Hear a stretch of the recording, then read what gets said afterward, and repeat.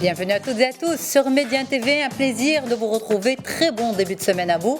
On se dit tout est là justement pour vous accompagner. On va parler de scolarité des enfants, ni excellent élève, ni mauvais élève, même si les spécialistes n'apprécient pas ce terme. Mon enfant est moyen, qu'est-ce que ça veut dire? Et surtout, comment l'aider à dépasser ce seuil? Eh bien, on en parle tout de suite avec Zineb Lamati. Vous êtes consultante, coach en éducation. Comment ça va, Zineb? Ça va très bien, merci. Alors, d'abord, pour commencer, quand les parents disent « mon enfant est moyen », est-ce qu'en général, ils ont raison ou ils mettent la barre trop bas?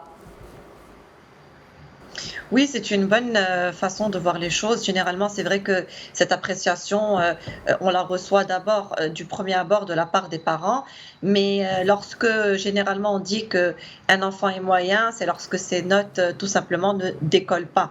C'est-à-dire qu'il va travailler sérieusement, mais les efforts ne payent pas.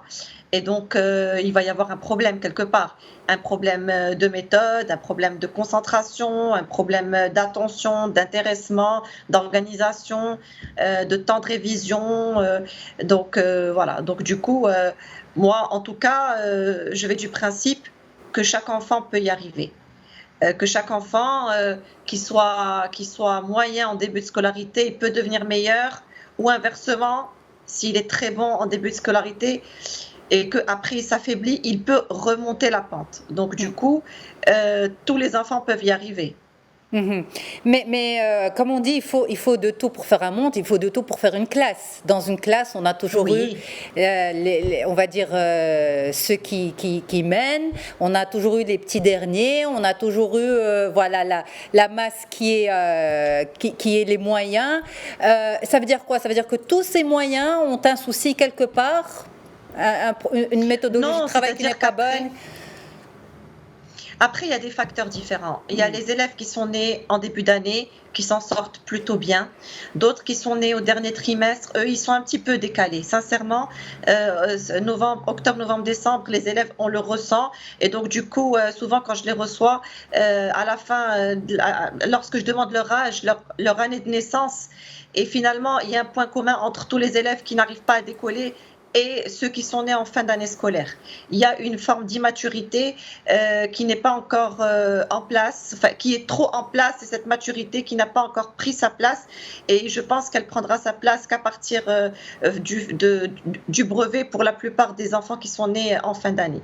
Mais de façon générale, au primaire, donc je ne parle pas de la maternelle, je parle du primaire, généralement les enfants s'endorment sur leur capacité parce que au primaire, beaucoup arrivent grâce à leurs capacités, grâce à leurs aptitudes.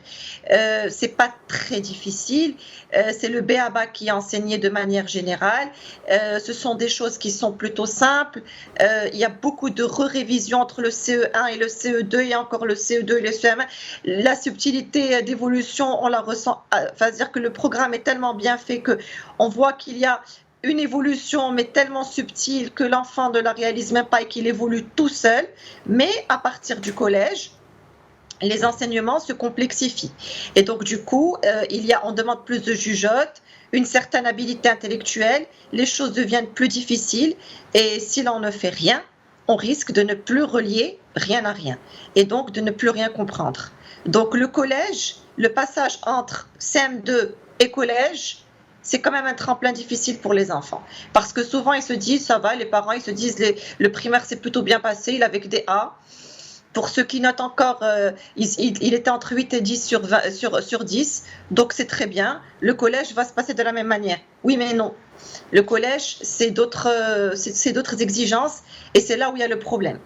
Après, lorsqu'on arrive au collège, il y a plusieurs phases. Donc, pour les filles et pour les garçons. Donc, je vais parler de quelque chose qui est très simple, c'est les changements physiologiques. Pour les filles, ça se passe au niveau de la 5e, c'est le début de la puberté. Donc, ce mécanisme pose beaucoup de distractions et gêne tout simplement l'enfant dans son évolution et puis dans son attention requise pour se mettre à fond à l'école. Pour les garçons, c'est plus vers la quatrième et le brevet. Donc à partir de là, il y a des changements. Et ces changements-là font que les priorités sont ailleurs parce qu'il y a déjà un malaise au niveau physique et l'enfant se pose plein de questions. Mais ce qui est sûr, c'est que au niveau de l'affaissement et de l'affaiblissement, les élèves deviennent, si vous voulez, moyens et les parents s'en rendent compte à partir de la 5e, c'est-à-dire à partir de 13 ans. Ça, c'est de façon générale. Donc, du coup, les difficultés et les mesures d'exigence au collège ne sont pas attendues, ni par les parents, ni par les enfants. Donc, au collège, les enfants sont plus agités, sont plus indisciplinés. Certains bons élèves qui étaient très bons au primaire ne le sont plus. Parce que des fois, alors souvent on me dit c'est mal vu d'être un bon élève, c'est mal vu d'être qualifié d'intello. Donc je vais jouer moi aussi la carte du rebelle, la carte de l'enfant indiscipliné parce que c'est ce qui marche pour me faire accepter. Et puis aussi il y a le cours du collège. Si le professeur ne le structure pas comme l'attente de l'enfant, si l'enseignant n'est pas intéressant, si la matière n'est pas intéressante ou utile, alors du coup, l'enfant se démotive et donc du coup, il se laisse aller. Et c'est surtout, généralement, si vous voulez, une date précise où l'enfant décroche, c'est la 4e, c'est-à-dire 14 ans. C'est ce qu'on appelle, entre guillemets, l'âge bête. On l'appelle comme ça de façon, dans une communication plus familière parce qu'on peut voir une forme de régression liées justement à la puberté, et ça je parle plus des garçons. Après il y a un fossé qu'on va trouver entre le brevet et la seconde. Donc ce fossé là encore, les élèves qui avaient cette décadence et cet affaiblissement au niveau des notes, au niveau du lycée, encore une fois, s'il n'y a pas de prise de conscience, l'enfant ne se relève pas parce que le niveau il est très élevé. Il y a des livres à lire qui sont ce sont des livres littéraires. Il y a une certaine forme d'assiduité. Il y a aussi une certaine forme de compétition parce qu'on va rentrer dans les notes. Dans certains systèmes, à partir de la seconde, on commence à noter sur 20. Donc, il y a un fossé. En français, par exemple, on commence à avoir des structures, des études de texte, alors qu'avant, c'était juste répondre par des réponses brèves. Par exemple, même le brevet, il faut juste donner la bonne réponse, alors qu'à partir de la seconde, il y a de grandes dissertations à mettre en place. Donc, tout ça, l'enfant, si vous voulez, il n'est pas toujours prêt. Mais pardon, pendant l'élémentaire. Justement, cet enfant est supposé être prêt parce que les enseignants, le système est là pour l'amener vers ces difficultés. Qu'est-ce qui fait que certains vont y arriver et que d'autres non ? C'est-à-dire, en tant que parent, à quel moment il faut s'inquiéter ? Il faut voir les premiers prémices. Alors, vous avez très bien fait de parler de parents parce que lorsqu'on parle du primaire, de l'école élémentaire, il y a toujours papa-maman derrière l'enfant. Toujours. Arrivé au collège, la relation parent-enfant, elle se détériore. L'autorité parentale n'a plus du tout le même poids. Rien que ce facteur-là fait toute la différence. Parce que la relation, elle s'effrite, l'enfant devient rebelle. À partir de la 5e, les jeunes filles commencent à avoir une certaine forme de changement, si vous voulez, d'orientation. Et donc, du coup, si le parent n'a pas un rôle, si vous voulez, donc d'amis avec l'enfant, la relation, elle se perd. À partir de la 3e, c'est pareil pour les garçons. Donc, les élèves qui étaient très motivés en 6e, ne le sent plus à partir de la 4e, et ainsi de suite. Donc, on va dire que c'est hormonal, certes, mais il y a aussi une relation fondamentale entre le parent et l'enfant, qui à partir de ces âges-là, aussi le parent, il perd le fil aussi des devoirs. Quand c'est au primaire, c'est facile, mais dès qu'on passe dans les classes supérieures, eh bien, le parent n'a soit plus le temps, soit il y a le reste de la fratrie à prendre en charge. Donc, du coup, c'est cette différence qu'on a constatée de façon générale, c'est que les parents perdent le fil avec leurs enfants. Et quand ils viennent vers moi, c'est toujours vers la 4e, 3e, où ils me disent, mon enfant est en échec scolaire. Alors, en échec scolaire, c'est vraiment lorsque les notes sont très mauvaises. Mais généralement, mon enfant ne décolle pas. Ça ne vient pas. C'est toujours moyen. Mhm. Alors, quand justement, à la maison, quand on voit que les notes commencent soit à fléchir, soit à ne pas décoller, est-ce qu'on peut mettre en place justement déjà des mécanismes? Notamment, vous savez, là on est à la veille des vacances d'été, il y a 2 mois de vacances estivales qui arrivent. Est-ce qu'on peut profiter de cette période pour mettre en place de nouvelles choses, rattraper des lacunes, enfin préparer l'année à venir? Bien sûr, il faut mettre en place, il faut les remettre sur les rails, les enfants qui ont des problèmes. Mais encore une fois, il faut essayer de comprendre quel type de problème. Est-ce que c'est un problème de méthode, d'organisation? Est-ce que c'est ces croyances limitantes qui le bloquent à aller vers l'avant? Donc du coup, il faut d'abord une forme de questionnement avec l'enfant, mettre tout à plat sur une feuille pour voir quelles étaient ses notes en 6e, en 5e, en 4e. Encore une fois, ça se passe toujours au collège. Après, il y a le rôle des parents qui est très important parce que il y a l'attente des parents. Vous savez, il y a souvent quelque chose que j'entends tout le temps. C'est voilà, le papa qui me dit, moi je suis ingénieur de formation, ma femme l'est aussi ou pas, ou ma femme est ingénieure et moi non. On était excellents dans les matières scientifiques, mais notre enfant ne l'est pas. Donc il n'y a pas de lien entre vous et votre enfant. Si votre enfant il est plus littéraire et que vous êtes plus scientifique, eh bien ça n'empêche pas que ça reste un enfant très intelligent. Donc du coup, le parent doit aussi essayer d'être moins exigeant dans sa manière d'être. C'est-à-dire que les attentes qui dépassent, si vous voulez, les exigences des enfants font qu'à la fin, on voit que les résultats diminuent. Parce que si l'aspiration parentale peut aider les enfants à améliorer leurs résultats, des attentes excessives peuvent s'avérer nocives pour les enfants. Pourquoi? Parce que à un certain niveau d'exigence, l'enfant va s'avérer être, il n'est pas, si vous voulez, rentable par rapport à ses parents au niveau des notes. Donc du coup, il va sentir une certaine forme de frustration, de stress, d'anxiété, car on lui donnerait alors l'impression de ne pas être à la hauteur des attentes de ses parents. Donc pour ça, il faut être vigilant. Si votre enfant n'est pas matheux, il ne faut pas essayer de lui inculquer les maths de manière agressive. Et pareil, lorsque je reçois des parents notaires et avocats qui me disent « Mon enfant, il n'y arrive pas du tout en histoire-géographie, en français, et moi je veux que mon cabinet, qu'il y ait une relève et que mon enfant puisse prendre ma place, donc il lui faut les matières littéraires », cette relation de causalité n'est pas toujours, si vous voulez, possible. Donc il faut qu'il y ait aussi ça pour les parents... Ça crée des conflits aussi, j'imagine, entre les parents, entre les enfants et les parents, parce que finalement c'est comme si les parents choisissaient un chemin d'emblée pour leurs enfants, alors que l'enfant n'est pas encore outillé pour savoir ce qui l'intéresse, ce qu'il a envie de faire, ce qu'il a envie de devenir. Exactement, des fois c'est un chemin. Des fois, c'est une forme de fierté que les parents vont imposer à leurs enfants. Ce n'est pas possible que tu sois pas bon en maths et en physique, car moi, je suis ingénieur. Donc toi, par conséquent, tu devrais suivre ma voie. Et alors l'enfant, il est très bon en dessin. Il est excellent en visio-spatial. Mais alors, lorsque je lui parle, il me dit, mais je suis nul. Je suis nul parce que j'arrive pas à avoir plus que 9 sur 20 en maths. Et pour mes parents, j'arrive même pas à les regarder parce que leur regard, c'est le regard de la déception et c'est le regard de la frustration.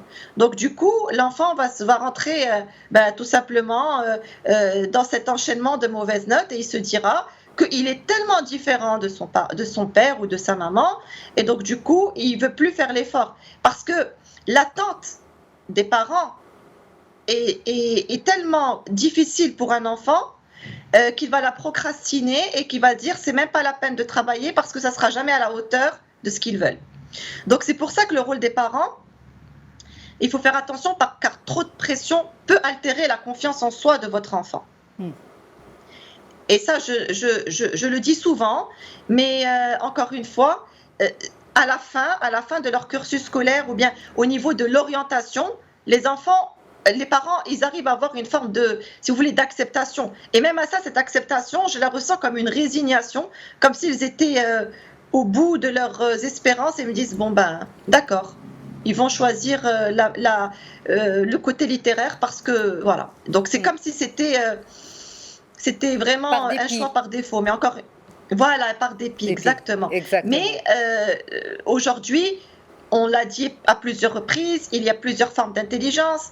Ces intelligences-là ouvrent à des dominances, ces dominances-là ouvrent à des aptitudes qui ouvrent à des métiers. Donc un enfant ne peut pas avoir toutes les intelligences, et logico-mathématiques, et linguistiques, et interpersonnelles, intrapersonnelles, visio-spatiales. Il en a quelques-unes, mais il ne peut pas toutes les avoir. Donc, du coup, si par exemple on a un enfant qui est kinesthésique et qui est visio-spatial, et au niveau du baccalauréat, il doit faire un choix, on fait un choix en fonction de ces intelligences-là, et puis il y aura une multitude de métiers qui vont s'ouvrir à lui. Mais le plus important, c'est qu'il soit bon dans ce qu'il fait. Donc, du coup, dites-moi. Oui, juste si on peut revenir sur ces 2 mois de vacances qui arrivent, est-ce qu'on met en place un programme vraiment de révision, de remise à niveau? Est-ce que c'est important pour vous en tant que spécialiste ou il faut laisser l'enfant se reposer? Ça dépend vraiment dans quel cas il est. Lorsqu'on parle d'enfant moyen, c'est un enfant qui va, si vous voulez, s'articuler autour de 11, 12, 10, 11, 12. Alors, pour certains parents, 10, 11, 12, c'est très mauvais. Donc, encore une fois, quelle lecture on fait de ces notes-là? Donc, 12 sur 20 et puis avec beaucoup d'efforts. Alors moi, lorsque je parle d'enfant moyen, c'est lorsqu'il y a beaucoup d'efforts pour peu de résultats. Donc, c'est souvent le cas, malheureusement, d'enfants qui travaillent beaucoup, qui font du bachotage. Le bachotage, c'est ils apprennent. Et lorsqu'ils doivent être devant leur évaluation, eh bien, ils perdent le fil. Donc là, il y a des étapes par lesquelles les enfants peuvent passer. Mais maintenant, est-ce qu'il faut le faire tout de suite après l'école ou alors attendre un petit peu avant la rentrée scolaire? Ça dépend de l'âge. Ça dépend de l'écart avec les notes. Je reviens à ça. Donc d'abord, il faudrait savoir est-ce que votre enfant, il est auditif, il est visuel, il est kinesthésique. Donc pour ça, il y a des tests. Et donc du coup, on essaye de comprendre comment l'enfant comprend et comment, de quelle manière l'attention il la développe. Est-ce qu'il préfère écrire? Est-ce qu'il préfère écouter? À ce moment-là, s'il préfère écouter, il faudrait qu'il s'enregistre souvent pour qu'il puisse s'entendre et puis développer encore plus son auditif. S'il est visuel, il est très intéressant de faire des cartes mentales pour résumer. Donc encore une fois, on va aller dans le sens de l'enfant. Ensuite, essayer de comprendre qu'est-ce qui ne va pas. Qu'est-ce qui ne va pas? Est-ce qu'il y a un problème de base? C'est-à-dire qu'il faut revenir en arrière. Et pour ça, les vacances scolaires sont parfaitement adaptées. Revenir sur des notions antérieures, que ce soit dans les matières phares. De toutes les manières, pour les classes élémentaires, c'est toujours français, maths, français, maths, français, maths. Lorsque c'est le collège, là, on va parler d'une pluralité de matières. Donc, faire le point avec lui. Depuis quand il y a eu un décrochage? Est-ce que c'est depuis 1 an? Est-ce que c'est depuis 2 ans? Et des fois, il y a des décrochages qui se font, alors depuis même plusieurs années auparavant. Donc, lorsque on veut faire le point, on peut demander à l'élève de revenir en arrière pendant les vacances scolaires et puis de voir quelle est la leçon qu'il a pas comprise et qui fait le pivot avec toutes les autres leçons. Parce qu'il y a toujours des liens, surtout dans les matières scientifiques et puis surtout en français aussi. Les bases de conjugaison et d'orthographe. Dès qu'on perd par exemple une information ou bien une méthode de compréhension, tout le reste suit. Ensuite, donc, on pourrait aussi demander une forme de réflexion sur comment tu es pendant l'évaluation. Comment est-ce que le stress t'envahit?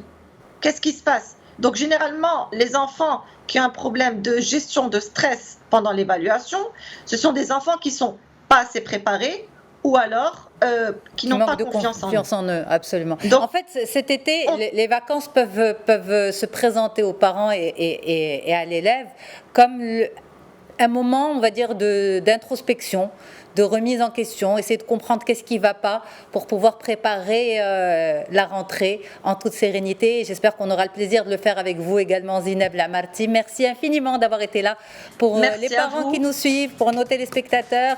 Beaucoup de courage justement à tous les parents qui soutiennent leurs enfants pendant cette période de l'année. Voilà. Un grand merci à toute l'équipe en régie et à très vite sur Média TV pour un nouvel épisode. Au revoir.